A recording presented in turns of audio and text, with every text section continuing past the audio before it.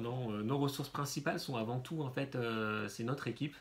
Habitat Humanisme sur le Rhône, on est un peu plus de 700, 120 salariés et près de 600 bénévoles. 600 bénévoles. 600 bénévoles, oui, qui sont à nos côtés tous les jours.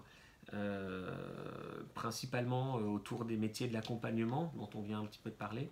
C'est-à-dire qu'on leur apprend à parler français. On leur apprend à parler français. Ou à mieux parler français. Ou à mieux parler français. La plupart d'entre elles, ces personnes-là, elles sont françaises et elles parlent très bien français. Oui, elles ont été un peu à l'école. Donc on leur apprend surtout à trouver un projet de formation, à se former. Encore une fois, à habiter un logement, ça peut paraître simple, mais savoir régler ses factures EDF, savoir gérer son budget, savoir faire ses courses, faire ses démarches à la CAF. Comment vous les repérez, ces gens? Alors ces personnes-là, en fait, elles sont Habitat Humanisme on n'est pas une association, j'allais dire isolée, on n'est pas comme une sorte d'îlot un petit peu esselé au cœur de la métropole. On travaille vraiment en fait en partenariat avec d'une part tous les organismes publics du territoire, donc notamment la Maison de la Veille Sociale, qui en fait sur le Rhône est en fait le guichet qui va en fait centraliser toutes les demandes d'hébergement d'urgence du territoire. Et en fait, on est contributeur, nous, de cette maison de la veille sociale. On a des personnes qui sont mises à disposition de cette institution-là et qui vont nous orienter, en fait, les personnes qui ont besoin de ces logements, de ces solutions d'hébergement. Ça va être un des acteurs. On a évidemment aussi la métropole, toutes les communes en fait, qui contribuent à la création à nos côtés, à l'investissement de nos logements fonciers. Si vous voulez, tous les cofinanceurs de nos logements ont quelque part droit à nous envoyer des candidats. On a oublié de dire, Mathieu de Chalut, que vous étiez aidé dans ce parcours de logement, parce qu'aujourd'hui, il y a, paraît-il, 65 000 demandeurs de logement, 13 000 satisfaits. Vous dites que vous en avez 2 200 que vous logez. Donc, allez, on va le dire, c'est une goutte dans un grand verre d'eau d'insatisfaction pour beaucoup.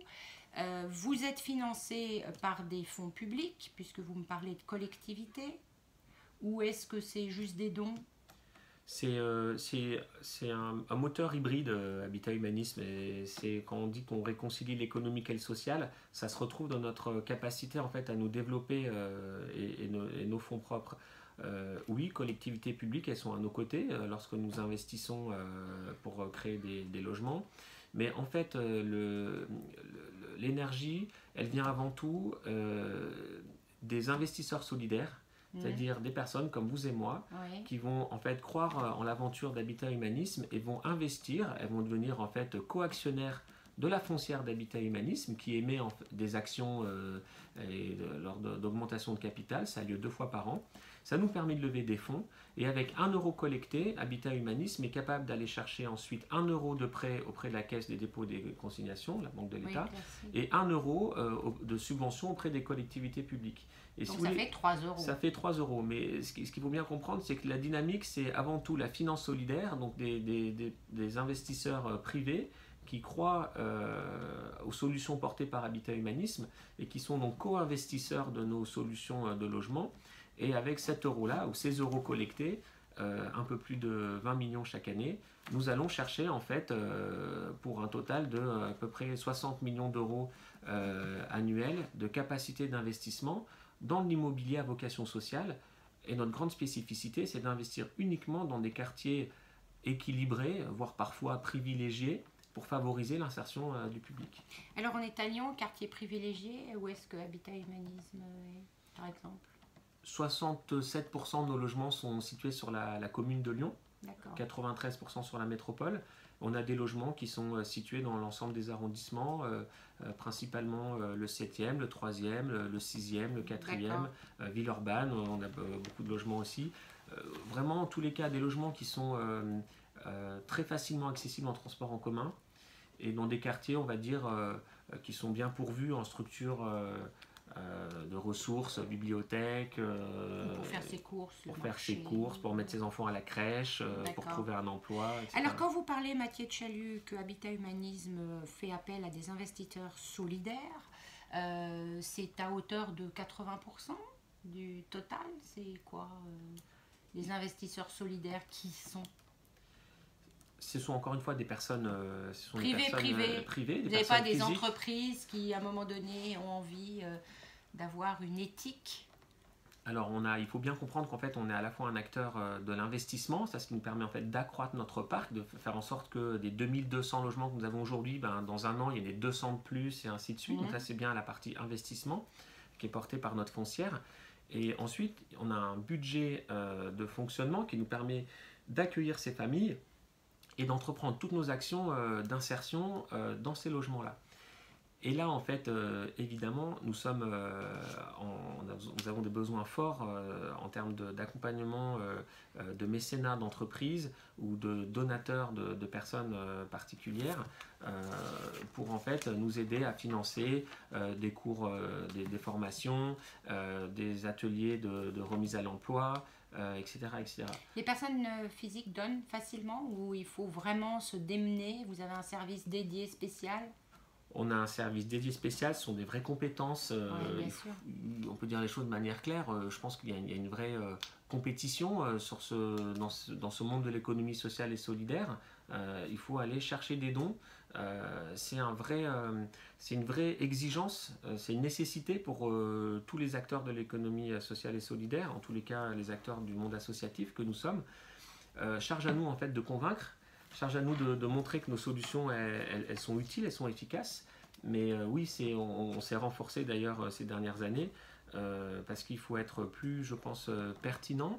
Il faut savoir aussi capter les interrogations par exemple des jeunes générations. Il faut savoir qu'en termes de pourcentage des revenus, ceux qui donnent le plus, ce sont les jeunes de moins de 30 ans.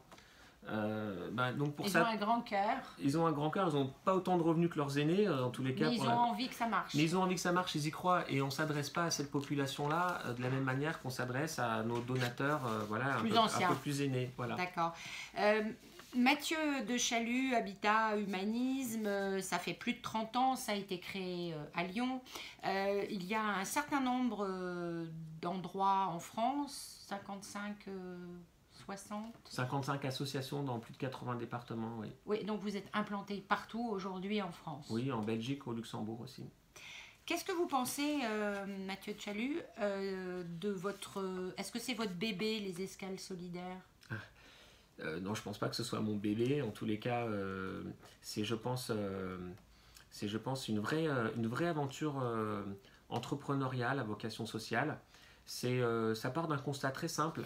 Pour accompagner une personne, il faut la rencontrer dans un lieu.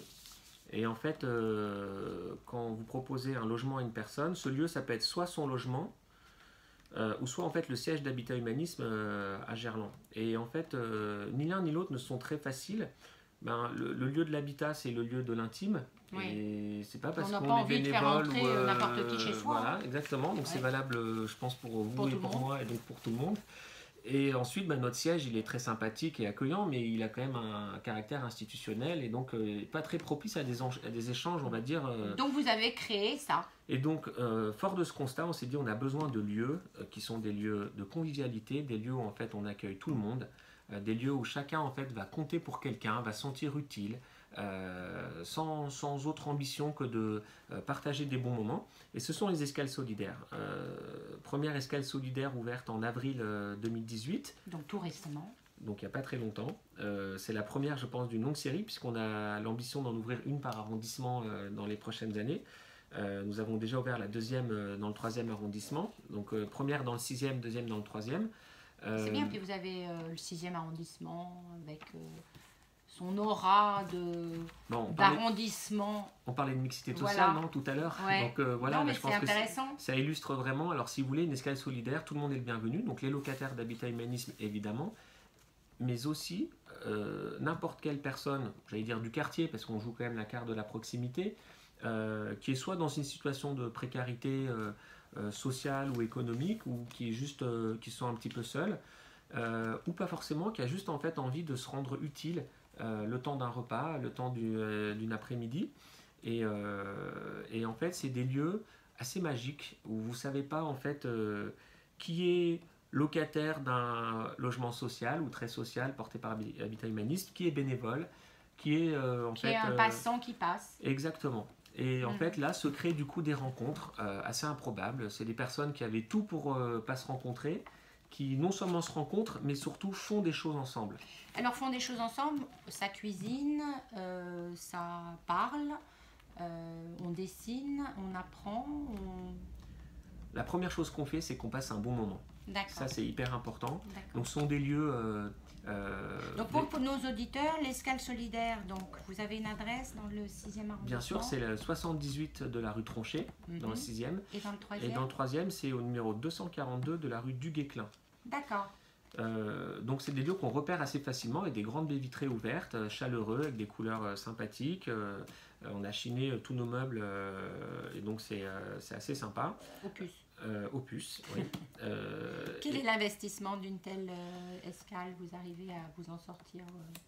C'est un investissement assez important puisque en termes de, il faut mettre tout ça aux normes. On accueille du public, donc c'est une enveloppe